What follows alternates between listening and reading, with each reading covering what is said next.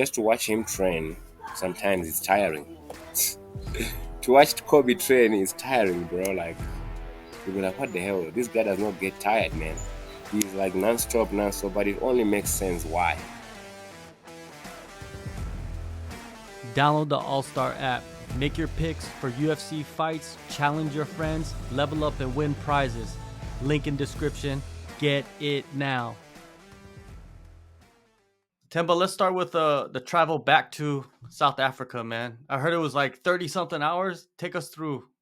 Yeah, man. So I had a 33-hour flight. I mean, obviously it's 14 hours from New York to here.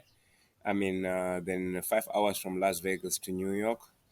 Then a 12-hour layover, something ridiculous like that, man. Over 12 hours layover actually, because they wouldn't let me check in as I landed in New York. So it was like maybe 13-hour, 14-hour layover. So yeah, it was long, bro. I was at the airport in New York for the whole day because they had not paid yet, so I wouldn't go. I couldn't go anywhere outside of the airport to see New York. But I'm blessed to be here home now, relaxed, chilling. Yep. That's the most important thing, man. Getting home safe and being Yes, with yeah. the family, and being victorious, man. A historic moment for you and for your country. I mean, it's your first UFC victory. It's the first victory for a Zimbabwe Zimbabwe. fighter. Yeah, man. It's a beautiful thing, man. I remember we did an interview. This was before you were in the UFC, and Yes, yeah. to see where you're at right now, man. It's great to see that, man. It's great to see like how you've gone through so much, but you're still very positive. Like you're very like you're really realistic. You're a real person. You know what I mean? Like you don't play in a fantasy world. So take us to the moment when once they raised your hand, man, in the cage. And Man, I don't want to lie to you. Like, even when they were raising my hand, I was so tired. And to be honest with you, like, coming back from everything that you were saying, like, being the first Zimbabwean to win a fight in the UFC, I said this long time ago, that I'll be the first. I wanted to be the first one to be signed to the UFC, but Blood Diamond, obviously, he did that. And I told him that, hey, bro, don't fight until I fight because, I will. We all have destinies, and it has to be one or the other. You became the first, I'll become the first to win. And I can tell you this now. Blood Diamond is probably gonna win his next fight. Probably I was holding him back, because destiny has to wait for somebody that is designed for that place. So honestly, like it means a lot that I became the first Zimbabwean to win a fight in the UFC. This can set the record straight that hey, we can also do it from Zimbabwe. Even though I live in South Africa, even though they don't allow me to put my Zimbabwe flag here on the walkout, but at the end of the day, I'm from Zimbabwe through and through. Deep inside, I'm Zimbabwean, and I love my country, even though it's not very rich. I mean, at the moment, but I love my country and I love my people, and I try to represent my people so that I can be the voice. I can be the voice for my people. So it is amazing. When they raised my hand, I couldn't even. I was not. I was so sick.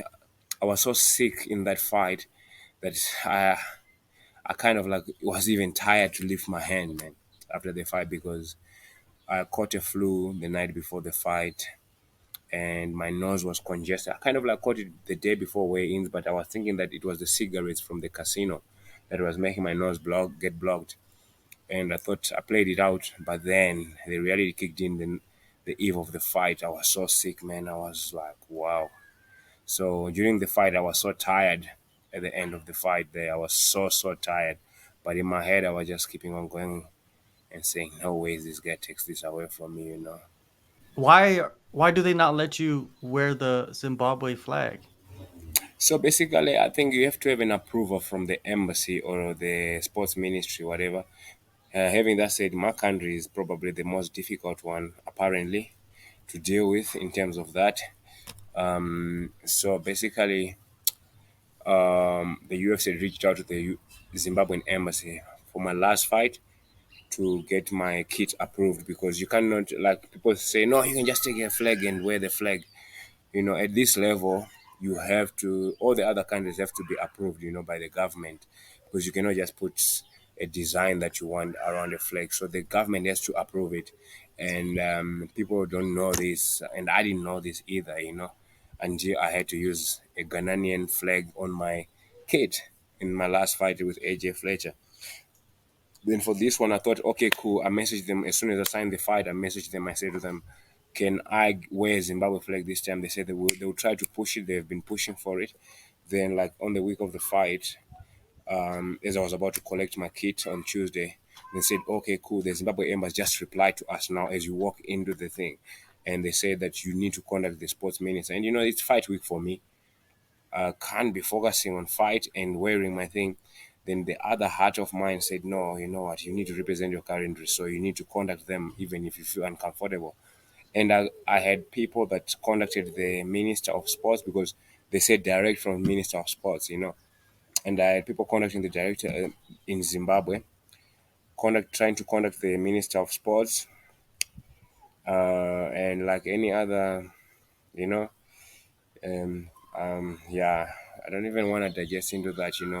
They try to make it so difficult for me, and I don't think they understand the moment. I don't think they understand that when you're fighting in the fight week, it's not like any other sport. You are actually trying to focus fully on the fight. They were trying to make me go to this guy. Then it became a headache. Where it's like, all I'm trying to say is just write back an email and copy these guys from the UFC and say, yes, Themba is Zimbabwean, we approve that, you know. And maybe I should have paid someone for it to happen, But at the end of the day, I know deep within I'm Zimbabwean, and I know that I ended up using South Africa flag, because they were like, so we have to use some country or you go universal. I thought of going universal, but then I said, sorry, my dogs, man. I thought of going universal, but then I realized, you know what? I live in South Africa, so why not? I like to represent my country, but I live in South Africa currently, so why not represent Zimbabwe? So I ended up just representing South Africa on my thing, but deep within I was Zimbabwean. So I don't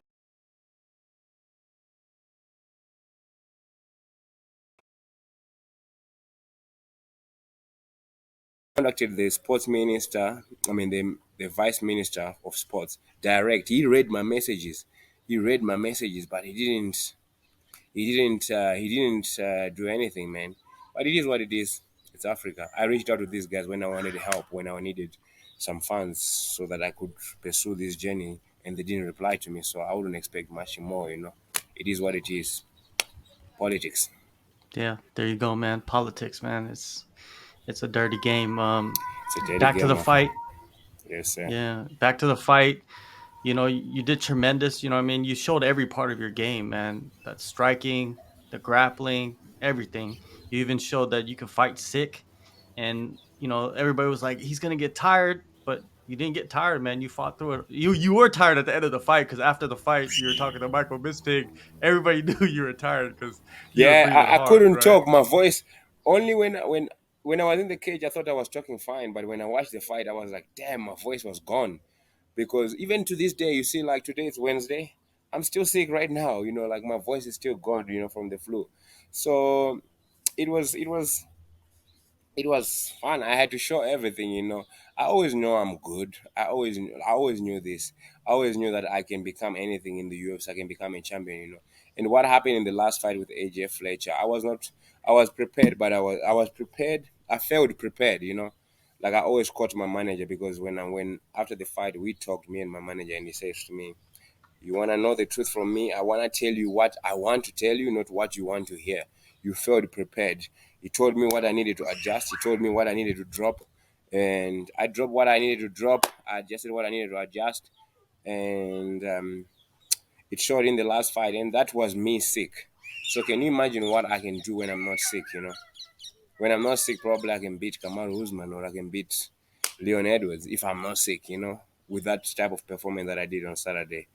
But having that said, I'll get there. I'm not in a rush to get to the belt. I know it's destiny again. I'll become the first Zimbabwean champion in the UFC.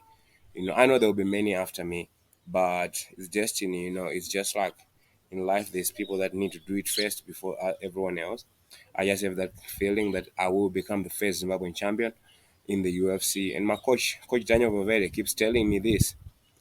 I normally just believe it myself, like and say it myself. but it's that reassurance from your coach. You know, every time Coach Valverde sees me, he's like, you're gonna become the first Zimbabwean champion, and I feel that, and I know I will be. So it's a journey, and I didn't call out anyone after the fight for certain reasons, because smart people around me, they said to me, "Nah, let it be, and the UFC will give you the path to where you need to go." People like my story already, the story that I have, where I come from, and where I'm going, how I've lived my life. It's already a very, very good story for the pay-per-view. And I think I have a small personality with me as well that can go with it. And the sky is probably the limit for me. I know your story. I don't know if everybody knows the story, but if you haven't, you know, learned about you, there's videos out there. I actually did an interview with you, a few Yeah. years back. And if I compare your story to, let's say, someone similar from where you come from, is Francis Ngannou, Yes, yes. your story is like Yeah, more man. incredible. Like it's, Look, yeah, Francis Ngannou's story is very good. Everyone has a story, but there is those stories yeah. that touches people. There There's is those. levels. There's There's levels. levels to Yeah, there's stories. levels to stories. There's levels to what touches people and what inspires people. Like I can tell you this, having to say what, and one thing about me, like they say Francis Ngannou's story is great, but sometimes he does not speak about it himself. He let other people speak for him. I speak for myself. My story, I speak for myself, and I don't hold back when I have to speak about things, and I'm not shy to speak about things. Just like I had to say I was broke, I had $7.49 in my bank account. I didn't I'm not shy to say those things, because I know me saying those things, it can open up to other people that, what, we can be broke, we can be like this, we can be like this, and maybe we can become like that guy, or more. So I always try to tell my story the way it is. Some people get affected by it. Some people don't like it, because sometimes I attach nerves, man. So it is what it is. I will just continue telling my story, and what you have done, what you do with this and your story will never be taken away from you, no matter how many people hate you, no matter how many people dislike you.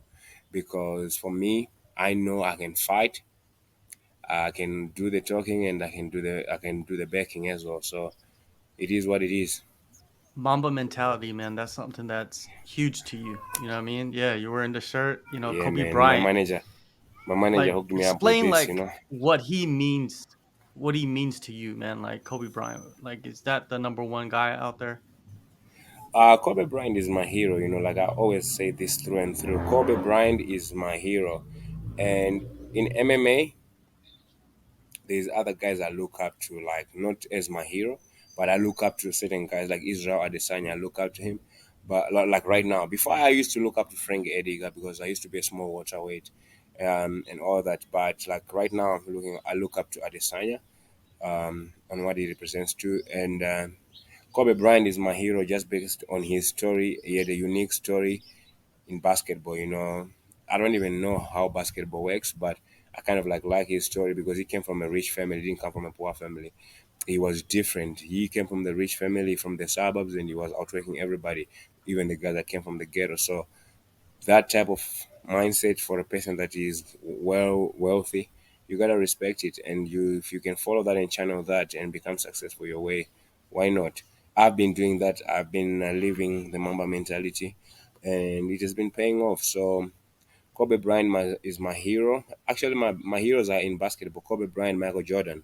It used to be Derrick Rose too, but he had many injuries and ended up stopping. But yeah, those two are my heroes, and I just live the mentality, the moment. I try to live it, not I live it fully, but I try to live it, and it's been paying off so far. So far, so good. Definitely. And also that's been paying off is you going to Miami and training at MMA Masters, you know what I mean? How was that experience? And I've heard that you're gonna go back and do your camps there and level up, and there's great training partners. The coaches are incredible. So basically, after the fight, so like I'm a very, very like I question everything in my life, like I question everything. Like let's say doing an interview with you, trust me. I have to do like you reached out before the fight and I said to him, bro, sorry man, I'm deep within for this fight. I don't wanna be on any social media. I wanna just go out there and do my thing, And you kind of like start to know me now. So like after the thing, after the fight, my manager came to me straight away. He's like, I need you to go back to Miami and train with these coaches again. Then I'm like, yes, I'm definitely going to Miami. He's like, okay, good. Because you know what? These guys are very good. I was sitting behind them and they were talking to you during the fight. And I can tell you this, these guys are good and they are good for you. And you guys have a connection already. So the sky's the limit for you if you go back to Miami and train with these guys. And I believed him and I know that. I knew this coming into this fight, It's like Coach Valverde. Coach is a Canero, yes. He's the father, he's the bad cop. He's the bad cop. There's a good cop and bad cop. So, Coach is a Canero is no nonsense. But Coach Valverde is more like I open up more to Coach Valverde and talk to Coach Valverde personal things and stuff. Even Coach is a Canero, but during the fight week when he arrived there, they are only arrived on Thursday night. When you arrive there, you can feel that this man is here for business, man. He's like, to me, this guy, Themba, he has not suffered like you. He was like reassuring me and reframing me those words, like, he's not suffered like you. He has not, he's like, this guy, like, I'm going to say, like he says, he's from Japan. He has lived his good life already. And you suffered from Africa. You cannot go out there and lose to this guy. You go out there and you beat this guy. And you know what? That's those type of things. Those are the type of things. Like for me, I didn't have. If I have to say, like people are starting to get offended here because of my press conference where I say we don't have the right structure, we don't have the right support system. Sometimes the coaches here are not full-time MMA coaches. Sometimes a full-time jiu-jitsu guy, or sometimes it's a full-time what is other sport, wrestling whatsoever. But it's not full-time MMA coach like these guys. Coaches are kind of done everywhere. They get in the gym at 9 a.m. They are there the whole day, only focusing on MMA until 4 or 5 p.m. Then they go home, spend time with their family. All they do is MMA. And on the weekends, they corner guys from amateur to professional. They are ahead. And guys are getting offended. Like, some people are getting offended here in South Africa that, oh, we disagree with you and whatsoever. Prove me wrong. Prove me wrong if you disagree, because they do this on a daily basis. And yeah, man, it's incredible how much you can benefit by just training in the USA. How many fighters, even Khabib himself, he comes from Dagestan, whatever you call it. He had to go to America for him to succeed more, because you know what? If he didn't go there, probably he wouldn't have been to be 29 and all right now. Do you understand what I'm saying? And look at the fight before he moved to AKA. It was the toughest fight. He probably could have lost that fight, right? Then after that he made the transition to go to America. Same as Leon Edwards, same as these Shavkat guys. They do their camps in America. There is a reason why everybody goes and do their camps in America that wants to succeed in this sport. Because you know what? They have everything there. They do have everything.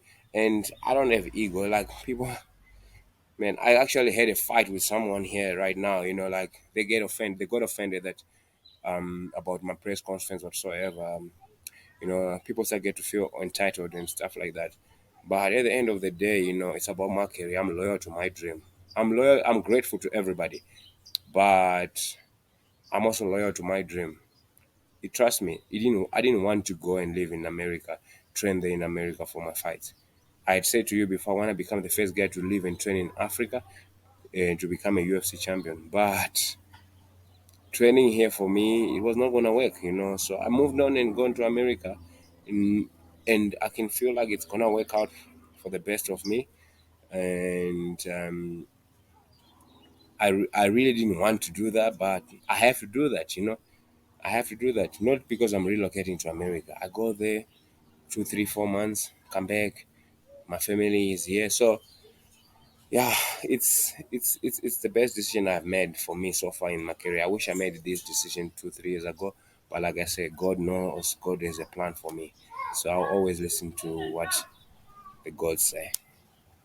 Without a doubt. And you have one of the best welterweights in the world you get to train with at MMA Masters, Colby Covington, man. How is it training with him? Like in the room, on the mats, you get to go at it with him. You get to test your skills against him. It must be fun, man. It must be just it's education, but it's fun at the same time, right? So basically, like like training with, like, not even just training with him, to watch him train, because sometimes so Kobe does a lot of privates.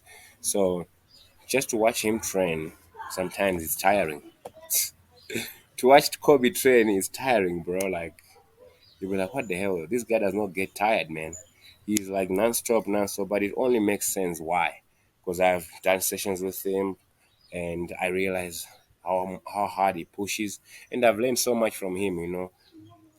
I've learned, even like sometimes when you don't even have to do physical contact whatsoever, just by the way he carries himself through sessions. When I'm going, this guy just like, and I know how I'm feeling. I'm feeling the pain, and I'm trying to scream the pain out. He's like, then one day I was like, I learned my lesson. I'll never scream again in a session. I'll never feel sorry again in a session the way I'm feeling like, oh, I'm tired. So it is what it is. I've learned my lessons from Kobe, and I'll continue to do so. What is moving forward for you?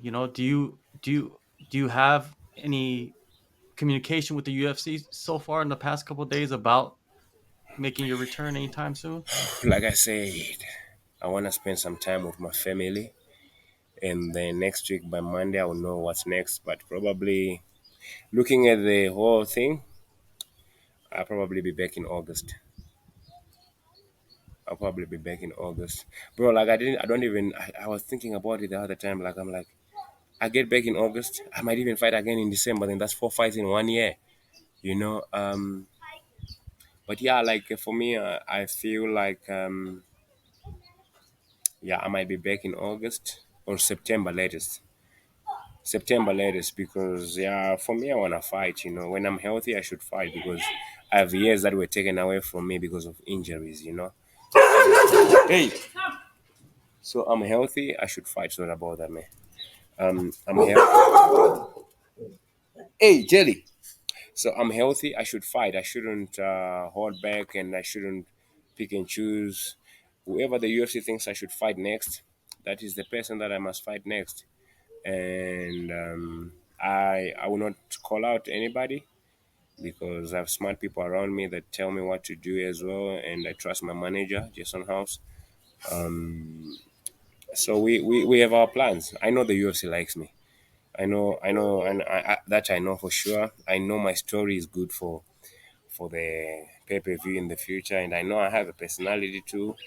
You know, so I'm probably, yeah, going to be fighting in August or September. I All hope right, in sounds Singapore. good. I hope in Singapore, but Yeah, I don't like to fight that side of the world because sometimes they fight in the morning there. They fight in the morning there, yeah, So nah. yeah.